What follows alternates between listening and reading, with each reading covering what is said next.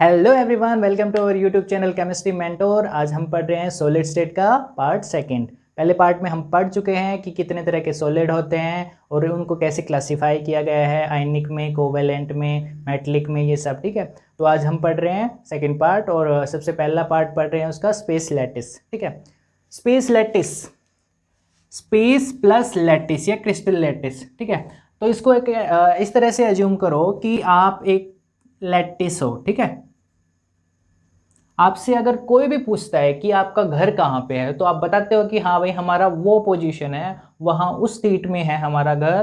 ठीक है, तो वो जो आपने बताया, आपने अपने घर के बारे में बताया, वो क्या है आपका स्पेस, यानी कि जो घर है जो आपका, वो है आपका स्पेस। और कहाँ पे पाए जाते हो आप, उस स्पेस में पाए जाते हो। और कहाँ पे, कौन से रूम में, या रूम हो गया आपका भाई, मान लो ये आपका रूम है, आप यहाँ पे मिलते हो, आपका रूम है तो आप वहीं पे मिलोगे, तो वो क्या है, वो आपका पोजीशन बता रहे हैं। ठीक है, तो स्पेस लैटिस क्या है, स्पेस लैटिस हमारा एक 3D क्या है हमारा, 3D अरेंजमेंट है, 3D अरेंजमेंट ऑफ लैटिस। आपका 3D अरेंजमेंट है, यानी कि अरेंजमेंट यानी कि उसकी पोजीशन बता रहा है ऑफ लैटिस, लैटिस की, यानी कि आपकी पोजीशन कहाँ पे बता रहा है, आपके घर पे बता रहा है, यानी कि उस स्पेस में आपकी लैटिस की पोजीशन को बता रहा है। उस चीज को हम बोलते हैं स्पेस लैटिस, स्पेस लैटिस। ठीक है, ये आ गया आपका स्पेस लैटिस। अब स्टार्ट करते हैं यूनिट सेल। ठीक, तो यूनिट सेल है क्या। अब आपका लैटिस आ गया, अब आपका मान लो ये है आपका स्पेस लैटिस। ठीक है, स्पेस लैटिस, ये आपका कोई भी घर है।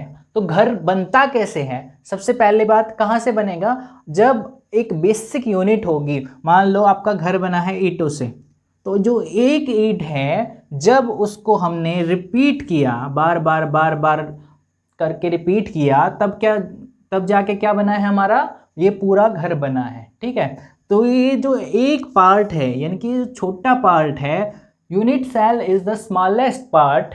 ठीक है, स्मॉलेस्ट पार्ट है जो कि जब रिपीट होगा और डेवलप होगा ऑल डायरेक्शन में, सभी डायरेक्शन में, इस साइड भी, इस साइड भी, इस साइड भी, तो हमारा क्या बना देगा, एक तरह का स्पेस लैटिस बना देगा, स्पेस लैटिस बना देगा। तो ये चीज क्या है, ये है आपकी यूनिट सेल। ठीक है, और अब हम पढ़ रहे हैं इसकी कितने टाइप होते हैं। ठीक है, जो आपको पढ़ने हैं यहाँ पे, तो यूनिट सेल के बेसिकली हमने पढ़ने हैं, दो तरह के टाइप पढ़ते हैं, प्रिमिटिव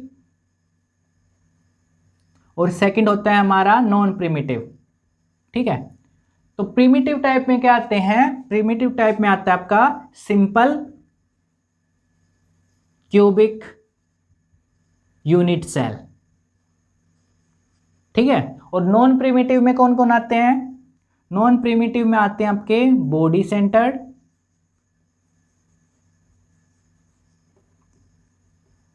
फेस सेंटर्ड और एंड सेंटर्ड। ठीक है, अब आपको एग्जांपल देके समझा रहे हैं। तो ये देखो, ये आपका मान लो कोई भी एक यूनिट सेल है। ठीक है, यूनिट सेल है, तो सबसे पहला पढ़ रहे हैं हम सिंपल क्यूबिक यूनिट सेल। ठीक है, सिंपल क्यूबिक यूनिट कि कहाँ पे अरेंजमेंट है, किस चीज का, एटम्स का, मॉलिक्यूल्स का। एक मान लो ये है आपका सिंपल क्यूबिक सेल्स। ठीक है, तो जो सिंपल होता है, सिंपल में आपके जस्ट कहाँ मिलेगा, कॉर्नर्स पे। ठीक है, जो सभी कॉर्नर्स हैं वहां पे मिले, वहां पे प्रेजेंट होंगे एटम्स, यानी कि ये यहाँ पे इनकी पोजीशन है। मान लो ये आपका कोई भी यूनिट सेल है सिंपल, यहाँ पे आ गया 1 2 3 4, 4 यहाँ पे आ गया, 5 6, ठीक है, 7 8, और तो नहीं है कहीं, सभी हो गए। यानी कितने सेल्स मिले, यानी कि कितने एटम्स प्रेजेंट हैं एक सिंपल यूनिट सेल में एट कॉर्नर्स पे, तो हमारे प्रेजेंट हैं 8 आगे हमारे जो कि प्रेजेंट हैं। और इसका जब हम फ्रैक्शन निकालेंगे। मान लो कि एक जो है, एक जो प्रेजेंट है वो कितना ऑक्युपाई कर रहा है, ठीक है, ये आ गया 1/8, 1/8 पार्ट कर रहा है। एक जो एटम है वो ले रहा है 1/8 पार्ट, और कितने एटम प्रेजेंट है, 8 हैं, तो मल्टीप्लाई बाय 8, तो आ गया इसका जेड, जो जेड इफेक्टिव होता है वो आएगा आपका 1, ठीक है, सिंपल के अंदर। फिर आ रहा है आपका बॉडी सेंटर्ड। बॉडी सेंटर्ड क्या होता है, मान लो ये आपका एक यूनिट सेल है और इसका सेंटर, ये मान लो इसका सेंटर है बीच में, देखो ये बीच में, बिल्कुल बीच में अगर ये इसका सेंटर है तो यहाँ पे तो कॉर्नर पे तो प्रेजेंट है ही, सिंपल में जो था हमारा कॉर्नर में प्रेजेंट थे, अब हमारा सेंटर में हो गया।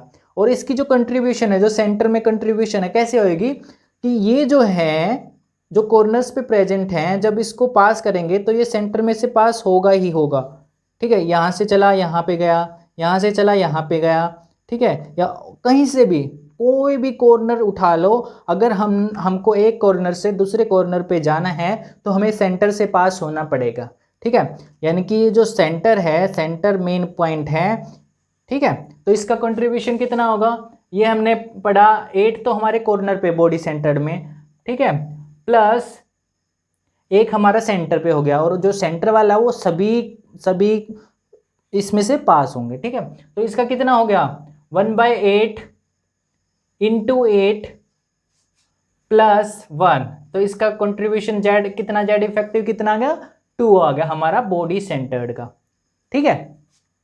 अब हमारा थर्ड कर रहे हैं फेस सेंटर्ड। अब देखो फेस, यानी कि फेस का आ गया, एक ये फेस है, एक मेरा फेस है, आमने सामने, ठीक है, 1 2, ठीक है, 3 और 4, ठीक है, और एक है हमारा ऊपर यहाँ पे, एक यहाँ और एक यहाँ, तो कितने पार्ट हो गए, यह हमारे हो गए 6, यानी कि 1/8 तो है ही, यानी कि 8 तो प्रेजेंट है, कॉर्नर पे है, यानी कि कॉर्नर पे नेसेसरी है, कॉर्नर पे हमेशा प्रेजेंट होंगे, ठीक है, 1/8 इंटू 8 प्लस, और ये जो है फेस वाले, फेस का कंट्रीब्यूशन कितना है, फेस मान लो ये जो है ये प्रेजेंट है, ये ऊपर वाले कितने हैं, ऊपर वाले कितने वो करेंगे 2, 1/2 इंटू टोटल कितने हैं फेस के 6 काउंट करे थे हमने, इंटू 6, तो कितना आ गया ये हमारा 1 + 3 = 4, यानी कि फेस सेंटर्ड के अंदर हमारा जो जेड इफेक्टिव होगा वो कितना होगा 4 होगा, ठीक है। फिर हमारा एंड सेंटर्ड। एंड सेंटर्ड में क्या करते हम, एंड मानी कि उसका एंड होगा, एंड फेस सेंटर्ड होता है, इसका जो फुल नेम है एंड फेस सेंटर्ड, यानी कि जो हमारा फेस था एक यहाँ पे एक यहाँ पे, कोई भी पार्ट ले सकते हैं, फेस हमारे कितने थे, यानी कि 3 फेस थे आगे पीछे, तो 6 हो जाएंगे, लेकिन यहाँ पे एंड पूछा, एंड फेस यानी किसी एक का लेंगे, उसका हम स्टार्टिंग लेंगे और एंडिंग लेंगे, ठीक है, एक आगे वाला ले लिया एक पीछे वाला ले लिया, यानी कि एंड हो गया, इसका एंड हो गया, ये होगा एंड फेस सेंटर, ठीक है। तो इसका कंट्रीब्यूशन कितना होगा, 8 तो हमारे कॉर्नर पे प्रेजेंट है ही, ये तो सभी के अंदर है, यानी कि 8 होंगे ही, 1/8 इंटू 8 प्लस और ये कितने हैं, एंड फेस सेंटर में 2 प्रेजेंट हैं, और इनका कंट्रीब्यूशन कितना होगा 1/2 इंटू 2, यानी कि आ गया एंड सेंटर्ड के हम अंदर जेड इफेक्टिव कितना होगा हमारा 2 होगा, ठीक है। तो अब हम इसकी स्ट्रक्चर बना के दिखा रहे हैं, थोड़ी आपको और ज़्यादा समझ में आए। ऐसे क्यों बनाते हैं भाई, देख लियो अच्छे से कैसे बनाते हैं। पहले ये हमने रेक्टेंगल बनाया, ठीक है, फिर इसके अंदर ये एक और रेक्टेंगल बना दिया,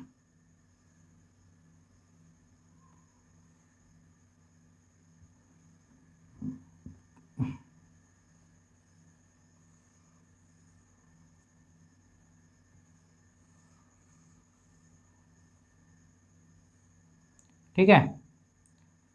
तो हम पहले कर रहे हैं सिंपल वाला। सिंपल में क्या है हमारा, सिंपल में है हमारा कॉर्नर पे प्रेजेंट है बस एटम्स, जो प्रेजेंट है कहाँ पे प्रेजेंट है, कॉर्नर्स पे प्रेजेंट है। कितने हो गए भाई ये कॉर्नर्स पे, 1 2 3 4 5 6 7 8 हो गए हमारे सिंपल वाले में, ठीक है। ये हमारा हो गया simple. Simple cubic unit cell जो होगा। अब कहा है कि एंड सेंटर्ड, सॉरी अब हमारा है हमारा सेंटर वाला, अब हमारा है बॉडी सेंटर्ड। बॉडी सेंटर देखो, अब बॉडी सेंटर्ड अब क्या होगा, यानी कि बीच में एक बॉडी में एक कोई भी सेंटर आ गया हमारा, ठीक है, ये हमारा क्या हो गया, बॉडी सेंटर्ड हो गया। अब देखो हमारा फेस सेंटर्ड। फेस सेंटर्ड में क्या है, फेस सेंटर में कॉर्नर पे प्रेजेंट होंगे, पहले तो कॉर्नर पे बनाओ सभी,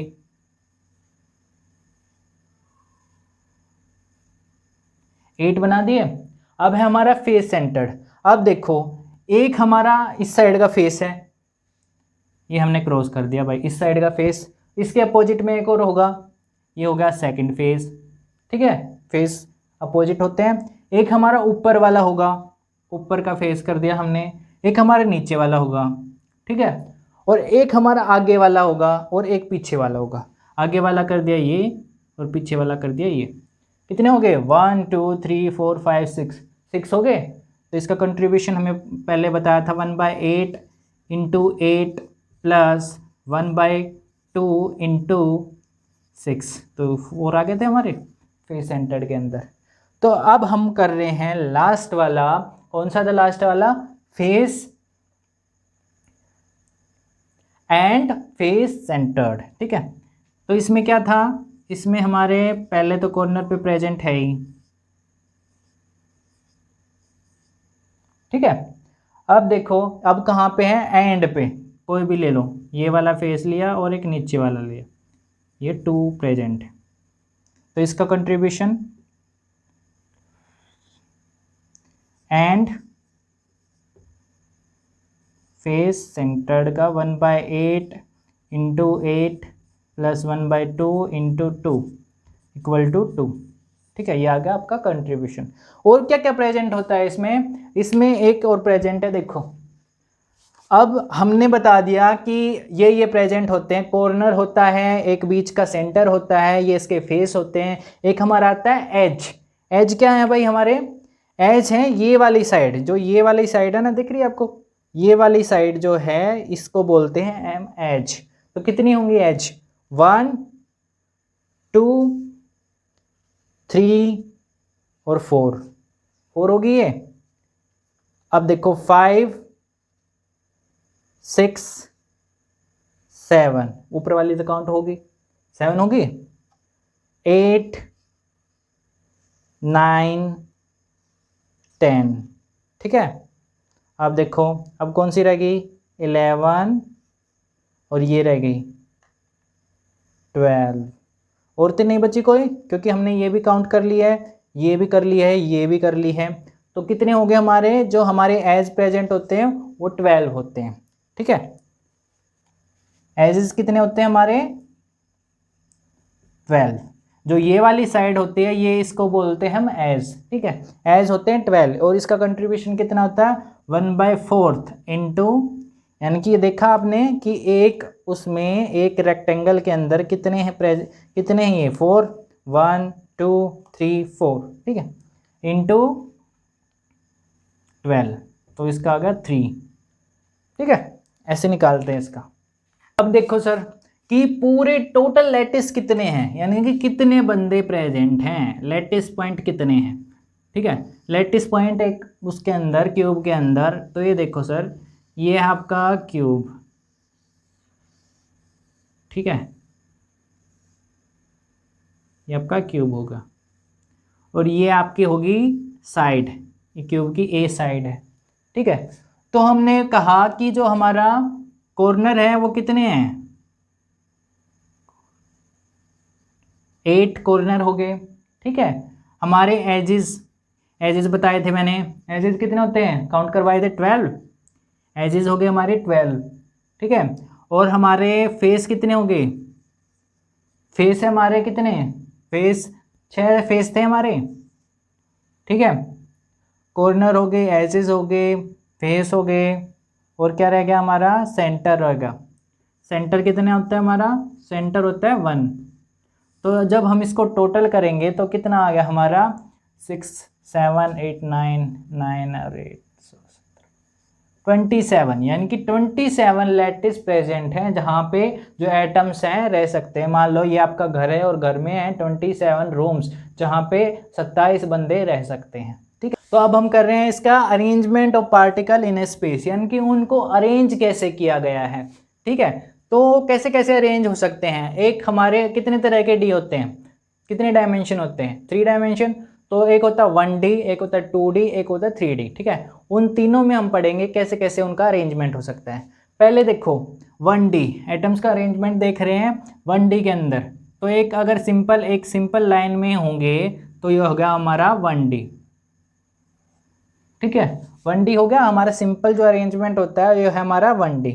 और इसके अंदर जो हम कोई भी रेडियस लेंगे, इसकी रेडियस लेंगे और इसकी रेडियस लेंगे, दो एटम्स के बीच की हम रेडियस ले रहे हैं, तो हमारे जो लेंथ होगी एक इसके बराबर होगी 2r के बराबर होगी। ठीक है, इसके अंदर कितनी होगी, a इक्वल टू 2r के बराबर होगी। और इसका कोऑर्डिनेशन नंबर कितना होगा, कोऑर्डिनेशन नंबर कितना होगा, कोऑर्डिनेशन नंबर होता क्या है, कोऑर्डिनेशन नंबर वो चीज़ है जितने बंदों ने आपको घेर रखा है, यानी कि कितने बंदे आपके कांटेक्ट में है, वो सारे आपके सर्कल में हैं। तो अब हम देख लेते हैं कि ये मान लो ये है हमारा बंदा, इसको चेक करना है कि इसका कोऑर्डिनेशन नंबर कितना है। तो एक तो इसने पकड़ रखा है और एक इसने पकड़ रखा है, यानी कोऑर्डिनेशन कितना हो गया 2, 2 इसका हो गया कोऑर्डिनेशन नंबर। अब है 2D अरेंजमेंट कर रहे हैं। 2D अरेंजमेंट में क्या होगा, 2 डायमेंशन होंगे। ठीक है, 2 डायमेंशन होंगी तो 2 तरह से हम देख सकते हैं, यानी कि इनकी स्ट्रक्चर अलग अलग हो सकती है। जैसे हमारा हेक्सागन हो गया, स्क्वायर हो गया, रेक्टेंगुलर हो गया, रोम्बस टाइप हो गया, ये सब हो सकते हैं। ठीक है, अब मान लो ये है हमारे एटम्स प्रेजेंट जो हैं,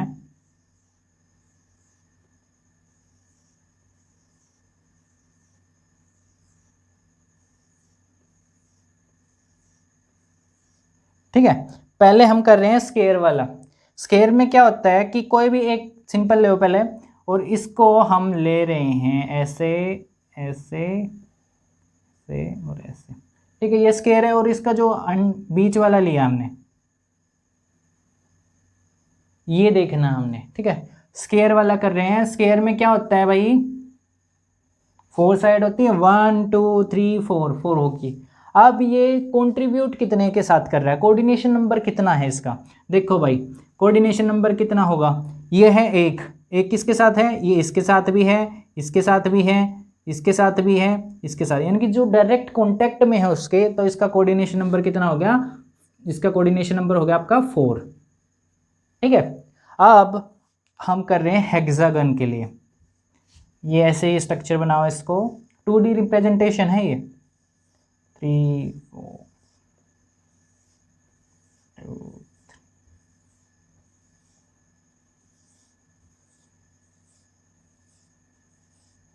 तो हेक्सागन में देखो आप, ये हो गया हेक्सागन बनाओ एक यहाँ पे।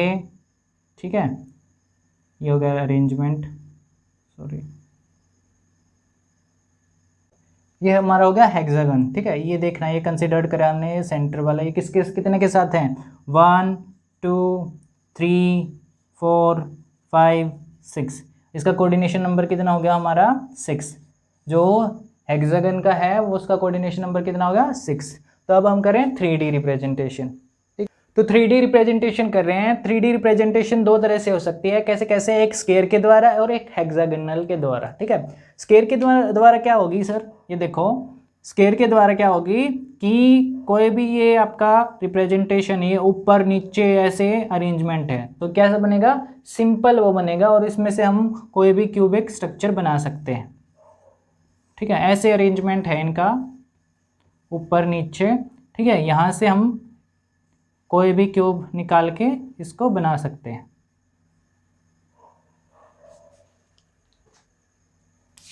ये देखो,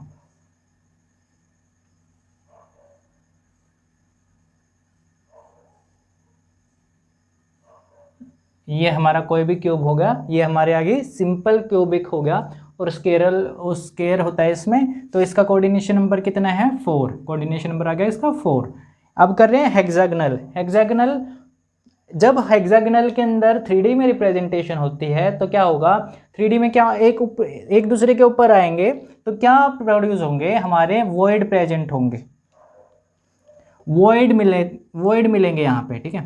वॉइड क्या होते हैं, वॉइड होते हैं खाली जगह, खाली जगह प्रेजेंट होते हैं। तो दो तरह के वॉइड प्रेजेंट होते हैं, एक हमारा टेट्राहेड्रल वॉइड, ठीक है, और दूसरा हमारा है ऑक्टाहेड्रल वॉइड, ठीक है। जो हमारा टेट्राहेड्रल वॉइड होगा वो ट्वाइस होगा ऑक्टाहेड्रल वॉइड के दुगना होगा, ठीक है। और जो हमारा ऑक्टाहेड्रल वॉइड होगा, जितने नंबर ऑफ एन प्रेजेंट है क्रिस्टल्स के अंदर उतने ही ऑक्टाहेड्रल वॉइड के अंदर प्रेजेंट होंगे, एन, तो टेट्राहेड्रल में 2n प्रेजेंट होंगे, ठीक है। एक है हमारा ए बी पैटर्न, ठीक है, और दूसरा है हमारा ABC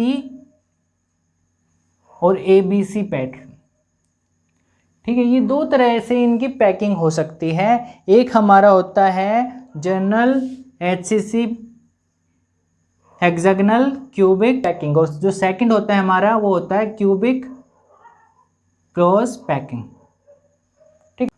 तो ए के बाद ये बी लेयर है छोटी, ठीक है, फिर दोबारा से ए लेयर आएगी, तो इस तरह से पैटर्न बनता जाएगा, इसकी अरेंजमेंट होगी। ये हमारी है सिंपल हेक्सागोनल क्लोज पैकिंग के अंदर। और हमारा क्यूबिक क्लोज पैकिंग के अंदर क्या होता है, ABC पैटर्न होता है।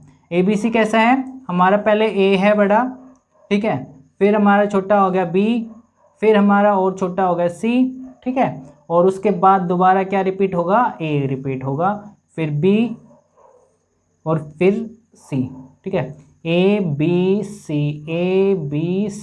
तो इस तरह से पैटर्न चलता रहता है। और इसमें एक बात नोट करने की, दोनों के अंदर चाहे वो HCP हो या CCP हो, जो कोऑर्डिनेशन नंबर होगा उनका 12 होगा, ठीक है, उनका कोऑर्डिनेशन नंबर कितना होगा, 12 होगा। तो हम नेक्स्ट क्लासेस में पढ़ेंगे, हमारा फ्रैक्शन पढ़ेंगे, ठीक है।